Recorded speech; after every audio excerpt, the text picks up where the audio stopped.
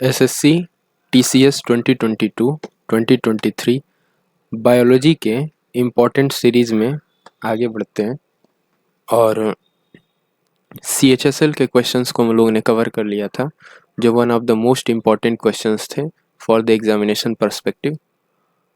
अब चलते हैं हम लोग एमटीएस के क्वेश्चंस पे। तो ये सेशन हमारा fully based on SSC MTS रहेगा, ठीक है। ये मेरा चैनल है S60 लर्निंग्स, जहाँ पे हम लोग कंसाइज मटेरियल के सॉल्यूशंस, नोट्स को कंसाइज करके उसके सॉल्यूशंस प्रोवाइड करते हैं। लेटेस्ट शिफ्ट में जो भी क्वेश्चंस आए हैं एसएससी द्वारा पूछे गए, उन सारे क्वेश्चंस को टाइप वाइज कंपाइल करके उसके सॉल्यूशंस को प्रोवाइड करते हैं। One of the important questions, for that you have scored a good marks in the examination. तो S60 लर्निंग्स को फॉलो करो, ठीक है। अब चलते हैं हम एमटीएस के क्वेश्चंस पे। बायोलॉजी का क्वेश्चन है, क्वेश्चन नंबर फर्स्ट। क्या कह रहा है? कार्निया के पीछे पाए जाने वाले उत्तक के रंगीन वलय को किस नाम से जाना जाता है, जो पुतली के आकार को समायोजित करके आँख में प्रवेश करने वाले प्रकाश की मात्रा को नियंत्रित करता है? इसका क्या हो जाएगा? आइरिस। तो आइरिस का काम क्या होता है? एक रंगीन कलर का वलय होता है जो पुतली के आकार को समायोजित करता है। पुतली को कम ज़्यादा छोटा बड़ा करने का काम आइरिस का होता है, ठीक है। आगे बढ़ते हैं। दिन में लाइट्स काफ़ी तेज़ होती हैं, तो देखे होंगे आप लोग कि आपकी आंखें छोटी हो जाती हैं, और जब लाइट का अभाव होता है, इससे अंधेरा होता है, शाम का समय होता है, तो आपकी आंखें थोड़ी सी बड़ी हो जाती हैं। गौर किया होगा आपने। या फिर अंधेरे में कोई चीज़ को आपको देखने के लिए आपकी आंखों को थोड़ा खोलना पड़ता है। तो ये सारा काम कौन करता है? आकार को कम ज़्यादा करने का काम आइरिश करता है। निम्नलिखित में से कौन सा अंग ग्लूकोज को ग्लाइकोजन के भंडारण के लिए इस्तेमाल किया जाने वाला एक जटिल कार्बोहाइड्रेट और अमीनो अम्ल को प्रोटीन में परिवर्तित करता है? ये हो गया लीवर। लीवर का क्या काम है, ठीक है। लीवर का जिक्र कर लेते हैं। तो पहले तो लीवर का जो अध्ययन होता है इसे हिपैटोलॉजी कहते हैं।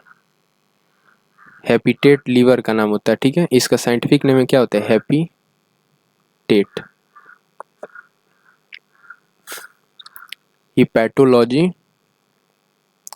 ये हो गया। ये तो इजी हो गया, ये सबको पता है। अभी प्रीवियस सेशन मैंने लिया था बायोलॉजी का, तो उसमें कॉन्सेप्ट क्लासेस में मैंने बताया था, ठीक है। तो इम्पॉर्टेंट क्वेश्चंस को ही एक जगह लेकर चलेंगे हम लोग, ठीक है। आगे बढ़ते हैं। शरीर के भीतर मुख्य रूप से हृदय या फेफड़ों में उत्पन्न होने वाली ध्वनियों को सुनने के लिए उपयोग किया जाने वाला एक चिकित्सा उपकरण है स्टेथोस्कोप। जो आला होता है ना, आला, जो डॉक्टर्स लोग इस्तेमाल करते हैं हृदय की धड़कनों को सुनने के लिए, या फिर ध्वनियों को, ठीक है, साउंड्स को जो बॉडी के अंदर होता है, तो स्टेथोस्कोप उसको बोलते हैं, आला। स्टेथोस्कोप या फिर आला। अगला, जोड़ों के बीच, अच्छा, साइनोवियल, जोड़ों के बीच मौजूद द्रव जो जोड़ों की गति को आसान बनाता है। जो हड्डियों के बीच दो ज्वाइंट्स होते हैं, जो हड्डियों को क्या करते हैं? गैप का काम करवाते हैं। तो उससे क्या मतलब, जोड़ों की गति को क्या करते हैं? आसान बनाते हैं। उसे क्या कहेंगे? साइनोवियल। साइनोवियल, ठीक है। ये लिक्विड होता है, साइनोवियल लिक्विड। नेक्स्ट, कवक के कारण बीमारियां कौन कौन सी होती हैं? कवक, तो कवक के कारण रिंग वॉर्म्स होता है। अभी प्रीवियस सेशन में मैंने बताया था, जो एमटीएस का क्वेश्चन था, एमटीएस 2023 सीएचएसएल, सीएचएसएल का जो क्वेश्चन था वो भी देखो रिंग वॉर्म से था ना, कि कवक के कारण होने वाला रोग रिंग वॉर्म्स। देखो इसमें भी आ गया। तो रिपीटेड क्वेश्चन है and also most important question as well, ठीक है। दाद, खाज, खुजली, ये सब तो होता है प्रोटोजोआ से, ठीक है। दाद, खाज, खुजली ये प्रोटोजोआ से होता है। नहीं, ठीक है, ये भी कवक से ही होता है। दाद खाज खुजली, गंजापन, ठीक है, ये सारी चीज़ें कवक से ही होती हैं। नेक्स्ट, ये दूषित जल पीने से कौन सा रोग नहीं होता है? तो रेबीज तो कुत्ते के काटने से होता है ना, रेबीज वायरस है जो कुत्ते के काटने से होता है।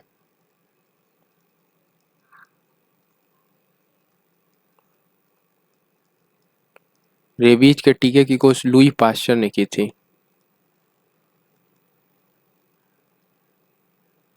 रेबीज के टीके की खोज ये लुई पास्चर ने की थी। और कुत्ते के काटने से क्या होता है? रेबीज।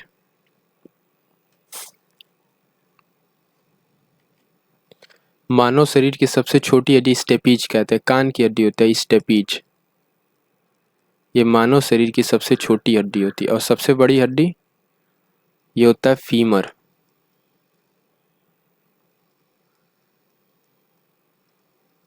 फीमर क्या है? मानव शरीर की जो जंघे की हड्डी होती है, ठीक है, जंघे में पाई जाती है,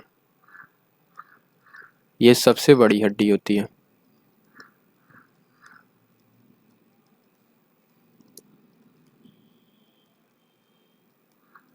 ठीक है, आगे, निम्नलिखित में से कौन अस्थि मज्जा द्वारा निर्मित रक्त कोशिका का प्रकार नहीं है? तो कौन है जो रक्त कोशिका का प्रकार नहीं है अस्थि मज्जा द्वारा निर्मित? तो अस्थि शोषक हो गया ना, अस्थि शोषक, ऑस्टियोक्लास्ट, ऑस्टियोक्लास्ट, ठीक है। लाल रक्त कोशिकाएं, ये तो ब्लड से रिलेटेड हो गया ना, तो ब्लड का पीएच वैल्यू अभी बताए थे प्रीवियस सेशन में 7.4 होता है। और लाल रक्त कोशिकाओं के बारे में क्या है? ब्लड क्या है? एक तरल संयोजी उत्तक है, तरल संयोजी उत्तक। टिश्यू वाले कॉन्सेप्ट में मैंने बताया था, ठीक है। यहाँ पे कुछ ब्लड का मैं जिक्र कर देता हूँ, ठीक है। कितने टाइप के ब्लड होते हैं? एक आरबीसी होता है, 3 तरह के होते हैं, ठीक है, आरबीसी, डब्ल्यूबीसी और प्लेटलेट्स। तो ब्लड से कितने टाइप्स हैं? 3 टाइप्स। कौन कौन? आरबीसी, डब्ल्यूबीसी और प्लेटलेट्स। ब्लड के 3 टाइप होते हैं, कौन कौन? आरबीसी, डब्ल्यूबीसी और platelets. RBC red blood cell, इसे क्या कहते हैं? इसे इरिथ्रोसाइट कहते हैं।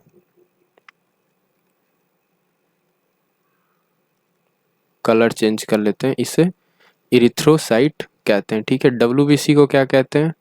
डब्ल्यूबीसी को ल्यूकोसाइट कहते हैं। डब्ल्यूबीसी इसे कहेंगे ल्यूकोसाइट।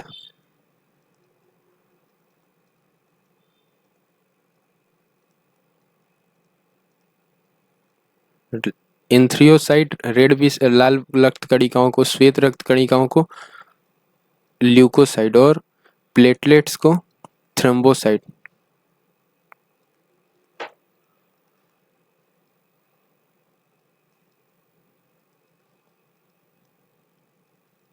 थ्रोम्बोसाइट।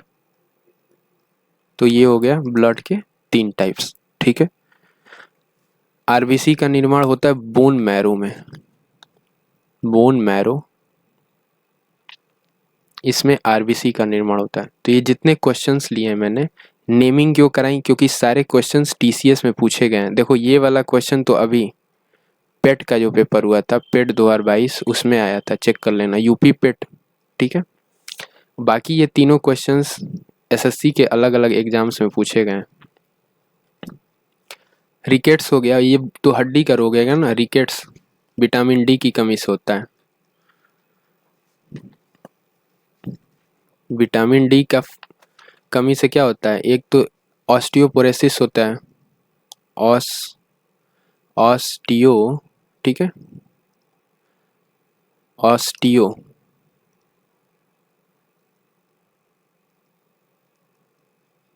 ऑस्टियोफोरेसिस, ये होता है रिकेट्स होता है, रिकेट्स हो गया। और ये किसकी, इसका साइंटिफिक नेम क्या होता है? कैल्सीफेरॉल। विटामिन डी का साइंटिफिक नेम क्या होता है? कैल्सीफेरॉल।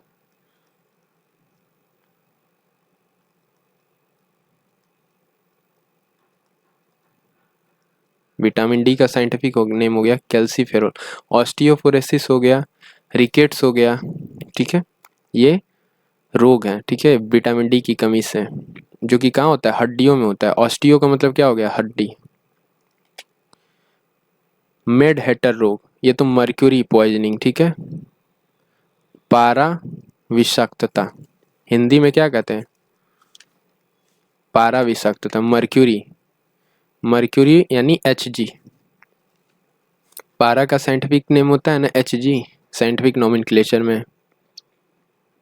तो मर्क्यूरी पॉइजनिंग से क्या होता है? मैड हेटर रोग, मैड हेटर रोग, ठीक है। ब्रायोफाइट्स था, इसके बारे में तो मैंने प्रीवियस सेशन में बहुत अच्छे से जिक्र किया था, ठीक है। ब्रायोफाइटा का जिक्र प्रीवियस सेशन में मैंने अच्छे से किया था। तो क्या है? They have specialised tissue for conduction of water and other substance for one part to another part of plant body में एक पार्ट से दूसरे पार्ट में वाटर की फ्लुएंसी या वाटर सब्सटेंस का प्रोडक्शन, ये क्या करता है? कंडक्शन ब्रायोफाइटा के थ्रू नहीं होता है। बाकी क्या तीनों होता है? लीफ स्ट्रक्चर, अच्छा वाटर का ये कंडक्शन किससे होता है? जाइलम, जाइलम टिश्यू जो होता है मैंने बताया था, इसीलिए मैं इस क्वेश्चन को करा नहीं रहा हूँ। चलो ये तो सही है, लीफ का differentiate to form stem and leaf like structure, बिल्कुल सही है। They are called amphibians of plant kingdom, बिल्कुल। फ्यूनेरिया, ब्रायोफाइटा का मैंने बताया था ना, उदाहरण में फ्यूनेरिया था। Marchantia are the example of bryophyta. तो क्या क्या हो गया ब्रायोफाइटा का एग्जाम्पल? फ्यूनेरिया, मर्चेंटिया, ठीक है, ये हो गया फ्यूनेरिया और मर्चेंटिया। लिखवा इसलिए रहा हूँ, ठीक है, मर्चेंटिया, क्योंकि ये क्वेश्चन आया है CHSL 2023 में। अभी मैंने प्रीवियस सेशन कराया था CHSL 2023, उसमें ये क्वेश्चन आया है। भोजन में पाई जाने वाली स्टार्च और शर्करा, ये कार्बोहाइड्रेट का फॉर्म होती है। स्टार्च का पाचन यानी लार क्या करता है? लार, हमारे मुख का जो लार होता है वो स्टार्च का पाचन करता है, ठीक है। लार, लार क्या करता है? स्टार्च का पाचन।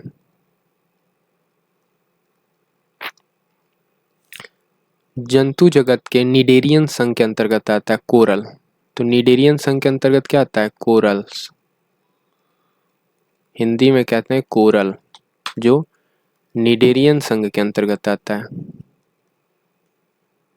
निडेरियन संघ।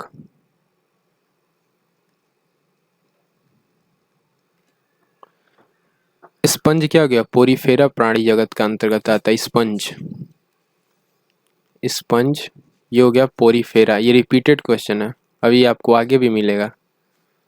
पोरीफेरा संघ के अंतर्गत आता है, तो ये क्वेश्चन क्या हो गया? रिपीटेड है।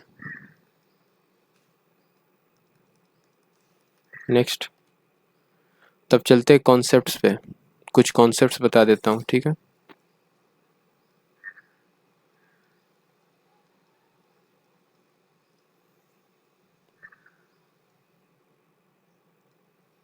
कॉन्सेप्ट में क्या क्या, इसमें चलते फिश के बारे में जिक्र करते हैं। मछली, FISH। फिश में क्या होता है? B12 बहुत प्रचुर मात्रा में मिलता है, B12 प्रचुर मात्रा में फिश में पाया जाता है, ठीक है। तो फिश का जिक्र कर लेते हैं। फिश कितने टाइप्स की होती हैं? तो क्या हो गया, एक होता है जेली फिश, क्वेश्चंस आए हुए हैं फिश से, इसलिए इसका कॉन्सेप्ट में डिस्कशन कराया जा रहा है। कॉन्सेप्ट क्लास में हर स्लाइड के बीच में बच्चों को गैप देता हूँ कि एमसीक्यू से फ्री होकर वो एसएससी के और भी क्वेश्चंस को मैं ऐड किया रहता हूँ एमसीक्यू के अलावा, जो कि कॉन्सेप्ट स्लाइड में ऐड कर देता हूँ, जिससे सेशन उतने ही देर का हो, 60 मिनट्स का, लेकिन बच्चों को एग्ज़ाम के क्वेश्चंस, ठीक है, और कॉन्सेप्ट से भी जानकारी मिले। कॉन्सेप्ट में भी मैं एसएससी के ही क्वेश्चंस कराता हूँ, ठीक है। सिलेंड्रेटा संघ से आता है ये, सिलेंड्रेटा, सिलेंड्रेटा संघ से आता है जेलीफिश। डेविल, डेविल हो गया ना, डेविल फिश किससे आता है, मोलास्का संघ से। ऑक्टोपस इसका उदाहरण हो गया, ठीक है, ऑक्टोपस, ऑक्टोपस, ठीक है। ऑक्टोपस क्या हो गया इसका उदाहरण, किसका, डेविल फिश का। Third, star fish, star fish क्या आ गया, इकाइनोडर्मेटा संघ से आता है। क्वेश्चन आया था इकाइनोडर्मेटा, IMD 2022 का क्वेश्चन है। स्टार फिश किसके अंतर्गत आता है, इकाइनोडर्मेटा, ठीक है, संघ। और क्या हो गया, चौथा number silver, silver fish arthropoda के अंतर्गत आता है, ऑर्थोपोडा। देखो सिलेंड्रेटा संघ हो गया जो, और ऑर्थोपोडा संघ हो गया, ये फिश नहीं है, ठीक है। बाकी ये भी डेविल हो गया, स्टार हो गया, ये भी फिश नहीं है, ठीक है। तो ये जो चारों हैं मैंने फिश में लिखवाया और बताया भी, लेकिन ये क्या है, फिश नहीं है, these are not a fish. तो जहाँ फिश लिख कर आ जाएगा इसका मतलब ये नहीं को फिश नहीं है, ठीक है। मैं एक लाइन लिखवा दे रहा हूँ, these all are not fish.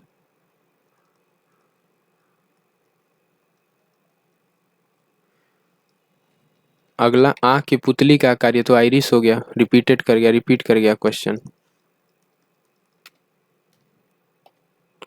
Ornithology, ये पक्षियों का अध्ययन, स्टडी ऑफ बर्ड्स, इसको क्या अर्थ है, ornithology,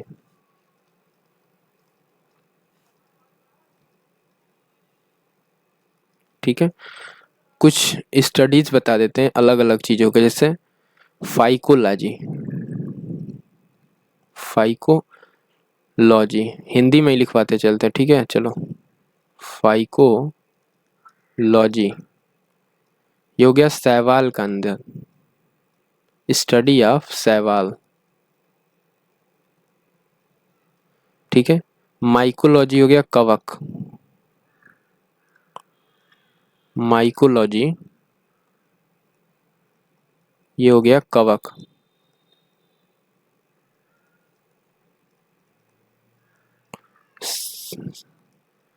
Silvi culture, Silvi SIL, Silvi culture क्या हो गया, डेवलपमेंट ऑफ फॉरेस्ट,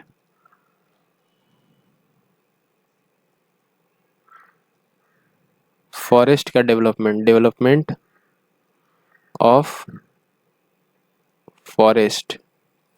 क्या क्या बता दिया मैंने, स्टडी ऑफ बर्ड्स बता दिया, ठीक है। माइकोलॉजी, फाइकोलॉजी, सिल्वी कल्चर, फिर ओनकियोलॉजी, ऑनकोलॉजी स्टडी ऑफ कैंसर, और कैंसर में किस, ये प्रीवियस सेशन में मैंने बताया था कोबाल्ट 60, कोबाल्ट 60 जो है ये आइसोटॉप है जिसका यूज कैंसर के उपचार में किया जाता है। तो इसमें 2 क्वेश्चंस हैं और ये क्वेश्चन आता भी है। ऑन्कोलॉजी बहुत रिपीटेड क्वेश्चन है और ये भी क्वेश्चन रिपीटेड है। ठीक है, ये CHSL 22 का है। चलो ठीक है, ये हो गया निक्टालोपिया। देखो लोपिया या फिर जहाँ पे ओपिया आता हो लास्ट में क्या आता हो ओपिया, तो क्या हो गया, विटामिन ए की डिजीज हो गया।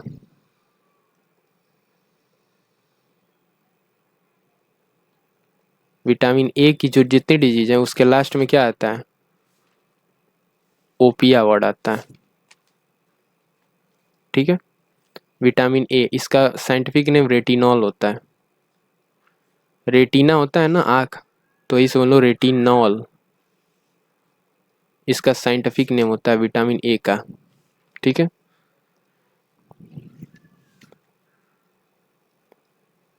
अब चलते हैं आगे। 1885 में हैजे के टीके की खोज किसने की थी, जेमिन फेरन। जेमी फेरन ने 1885 में, जब कांग्रेस बनाया गया था, कांग्रेस की स्थापना भी हुई थी 1885 में। कांग्रेस स्थापना जीके वाले सेशन में मैंने बताया था। तो इसका क्या, इसने क्या किया था, हैजा, हैजे की टीके की खोज की थी। हैजा किस चीज से होता है, जीवाणुओं से, कवक से। रचना हमें पानी दो जरा। ठीक है, ये तो हो गया वायरस का ट्रिक, प्रीवियस सेशन मैंने बताया था। कवक से हो गया ना, पापा काम पे सोता है, पापा काम पे सोता है, ये किससे हो गया,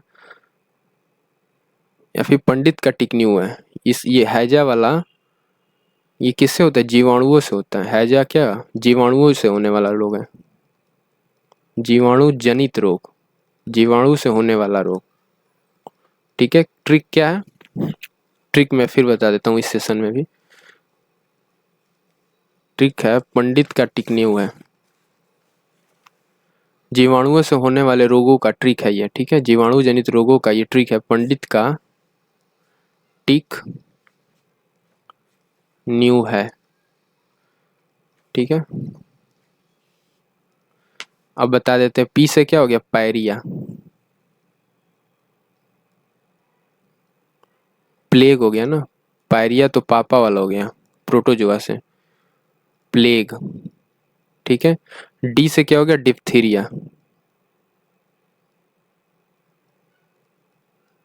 प्लेग हो गया, डी से क्या हो गया, डिप्थीरिया। और त से क्या हो गया, तपेदिक। तपेदिक यानी टीबी, ट्यूबरकुलोसिस। BCG का टीका लगता है टीबी में, टीबी में BCG का टीका लगता है। CGL 22 का क्वेश्चन है ये, CGL 2022। ठीक है, का से क्या हो गया, काली खांसी।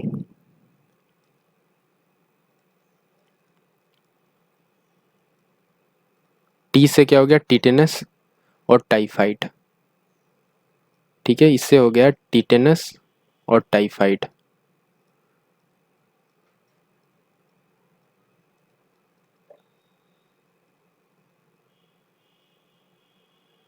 टाइफाइड हो गया और क्या हो गया, टिटेनस हो गया।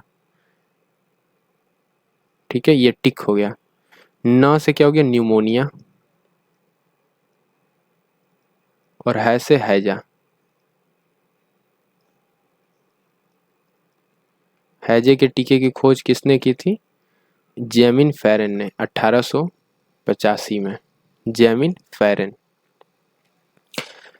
लड़कों में बढ़ते कंठ को गले के बाहर निकलते हुए इपिक एडम एप्पल कहते हैं ना, एडम, एडम्स एप्पल,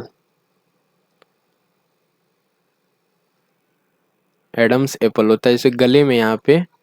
ठीक है, क्या होता है, ग्लॉटिस क्या करता है, निकल आता है। देखो फर्स्ट पेज पे मेरा फोटो होगा, उसमें एडम्स एप्पल में बता देता हूँ कहाँ होता है। देखो फर्स्ट पेज पे ये फोटो में दिखाता हूँ।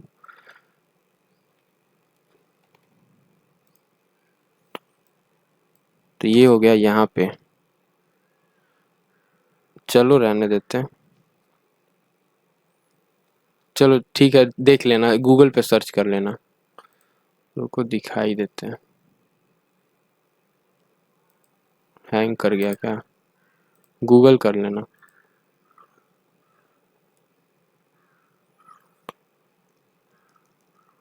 अगला, नेक्स्ट क्वेश्चन।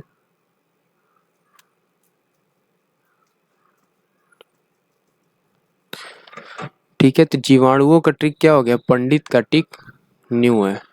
ठीक है, ये जीवाणुओं से होने वाले रोग हो गए। अब बढ़ते हैं आगे क्वेश्चंस में।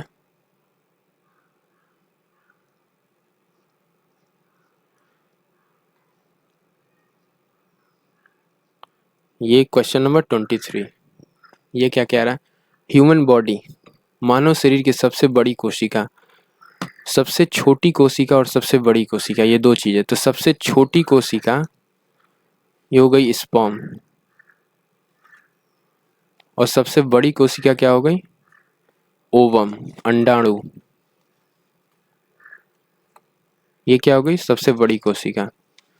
स्पर्म यानी शुक्राणु, ये हो गई सबसे छोटी कोशिका। ठीक है, दो क्वेश्चन हो गए, क्वेश्चन आए हुए हैं। अगला, पेलेग्राफ B3 के कारण होता है। B3 की कमी के कारण क्या होता है? पेलेग्रा रोग। नियासिन इसका साइंटिफिक नेम है, नियासिन। B3 का साइंटिफिक नेम क्या है? नियासिन।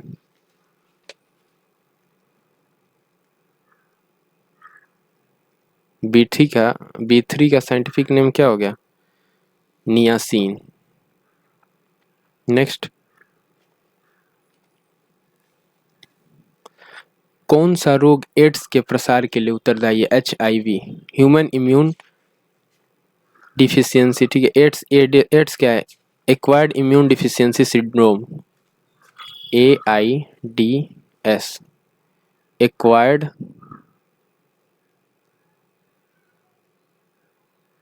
Immune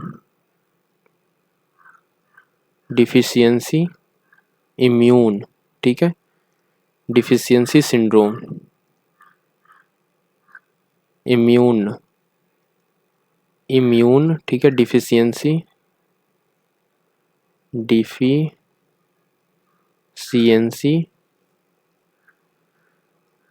syndrome. ठीक है, acquired immune deficiency syndrome, HIV, human immune deficiency. HIV का फुल फॉर्म क्या हो गया?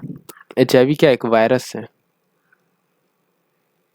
जो कि एड्स के लिए उत्तरदायी होता है।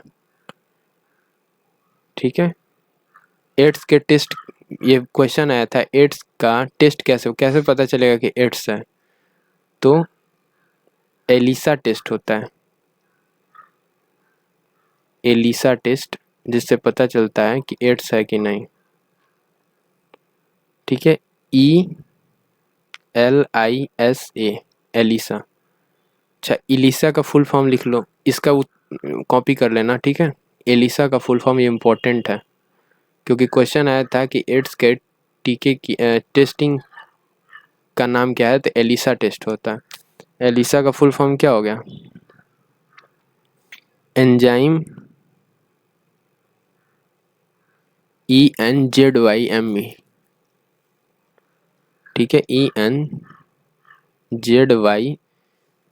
एंजाइम लिंक्ड इम्यूनो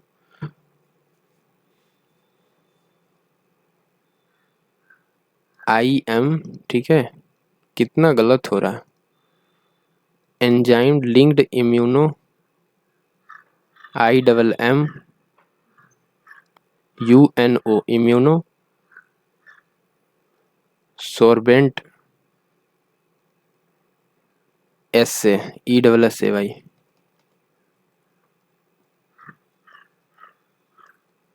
ठीक है, ये हो गया full form of ELISA, ELISA।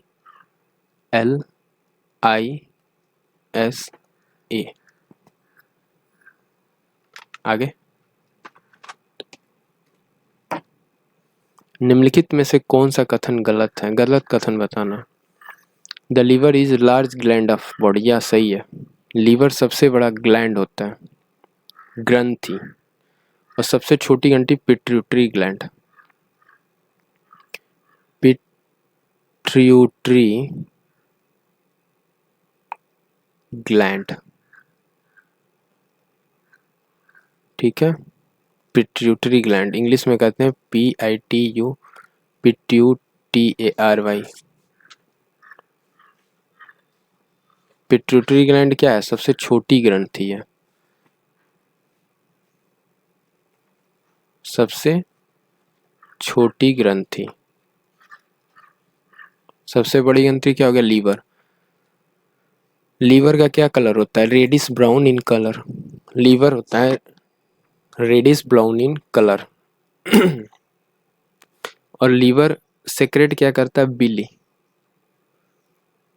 Liver क्या सेक्रेट करता है? ये हो गया बिली। पित्त का स्राव करता है ना। बिली क्या होता है? बिलीरुबिन। पित्त को इंग्लिश में क्या कहते हैं? बिलीरुबिन, ठीक है। तो लीवर क्या करता है? पित्त का स्रावण करता है। और ग्लाइकोजन का संचरण करता है। ग्लाइकोजन, अभी क्वेश्चन आया था, ग्लाइकोजन का भंडारण, ग्लाइकोजन, ठीक है, इसका भंडारण करता है लीवर। ये भी क्वेश्चन आया था अभी प्रीवियस स्लाइड में। पश्च मस्तिष्क का भाग नहीं है, हाइपोथैलेमस। मस्तिष्क के तीनों पार्ट मैंने प्रीवियस स्लाइड में जिक्र करा दिए थे, अगेन मैं बता देता हूँ। माइंड, ठीक है, ब्रेन, ये MTS वाले सेशन में मैंने बताया था, CHSL वाले में, CHSL 2023 वाले सेशन में मैंने बताया था ब्रेन के पार्ट्स। यहाँ पे भी मैं बता देता हूँ, ब्रेन के 3 पार्ट्स होते हैं, फर्स्ट पार्ट, सेकेंड पार्ट और थर्ड पार्ट। ब्रेन के 3 पार्ट्स हो गए ना, फर्स्ट, सेकेंड और थर्ड। कौन कौन से? पहला हो गया फोर ब्रेन, फिर मिड ब्रेन, बीच का पोर्शन, और एक हो गया हिंड ब्रेन, ठीक है। फोर ब्रेन यानी आगे का पोर्शन, अग्र मस्तिष्क। मिड ब्रेन यानी बीच का भाग, और पीछे का भाग हो हिंड ब्रेन। फोर ब्रेन के कितने पार्ट्स हो गए? 1 2 3, 3 पार्ट हो गए। सेरिब्रम, थैलेमस, हाइपोथैलेमस,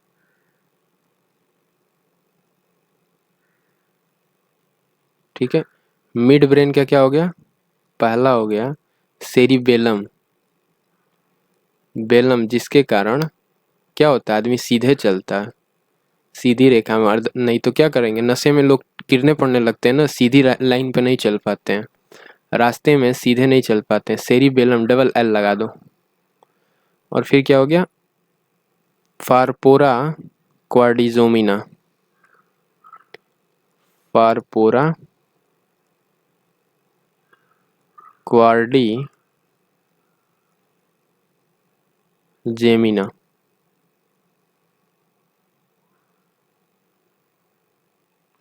और तीसरा क्या हो गया? Hind brain. हिंड ब्रेन में क्या हो गया? अनुमस्तिष्क, अनुमस्तिष्क। याद मैंने ऐसे ही किया है, ठीक है। अनुमस्तिष्क हो गया, पोन्स हो गया, और मेडुला एब्लोंगेटा, मेड्यूला एब्लोंगेटा।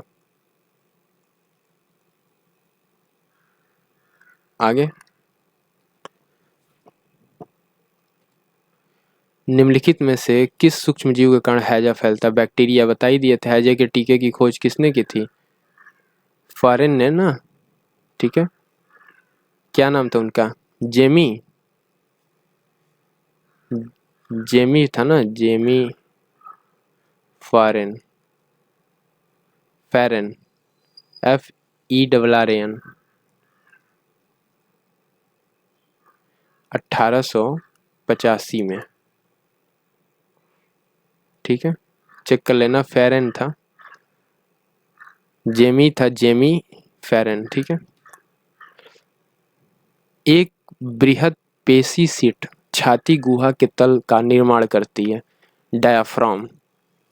तो गुर्दे की कार्यात्मक इकाई क्या होता है? किडनी की तो कार्यात्मक इकाई क्या होता है? देखो, अब कुछ इकाई पे बात कर लेते हैं। तो क्या हो गया? चेस्ट यानी फेफड़ा। फेफड़े की कार्यात्मक इकाई क्या हो गई? डायाफ्राम।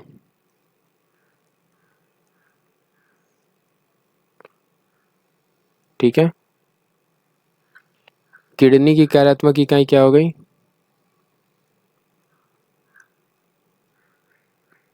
एल्यूबेली। एल ठीक है। नेफ्रॉन हो गई ना, किडनी की कार्यात्मक इकाई होगी नेफ्रॉन। चलो दोनों याद रखना, डायफ्राम और फेफड़ा हो गया, और किडनी का क्या हो गया? नेफ्रॉन। अगला, निम्नलिखित में से कौन एक स्वपोषी ऑटोट्रॉफ है? प्लांट। प्लांट अपना भोजन स्वयं बनाता है ना, तो ऑटोट्रॉफ हो गया। जब चींटी काटती है तो फॉर्मिक एसिड छोड़ती है। ठीक है। इसको बेअसर करना है तो एसिड है। एसिड को कैसे बेअसर करेंगे? जब कोई बेस इस्तेमाल करेंगे। कौन सा base? Baking soda, sodium NaHCO3, sodium bicarbonate. इसको क्या कहते हैं? Baking soda, sodium bicarbonate.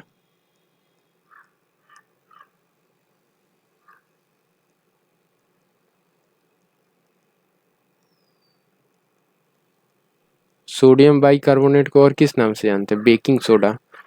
और धोने वाला सोडा, धावन सोडा जिसे कहते हैं। ठीक है। धावन सोडा या फिर धोने वाला, जैसे सर्फ होता है डिटर्जेंट। ठीक है। डिटर्जेंट में हम लोग इस्तेमाल करते हैं धावन सोडे का, कपड़ा वपड़ा धोने के लिए।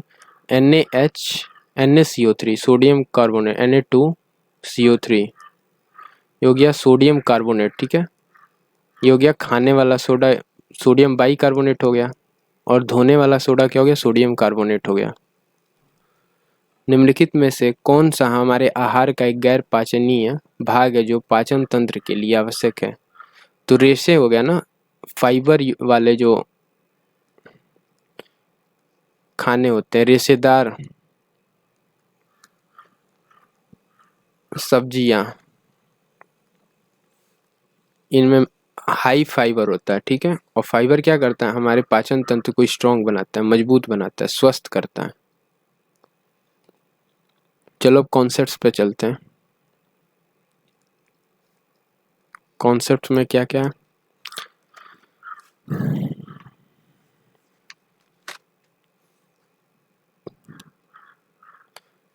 तो रहने दो, कॉन्सेप्ट में इतना ही रहने देते हैं। फिर सेशन को डाइंड करके नेक्स्ट सेशन करते हैं, और यहाँ से स्टार्ट करेंगे। छोटा वीडियो रहेगा और पढ़ने में भी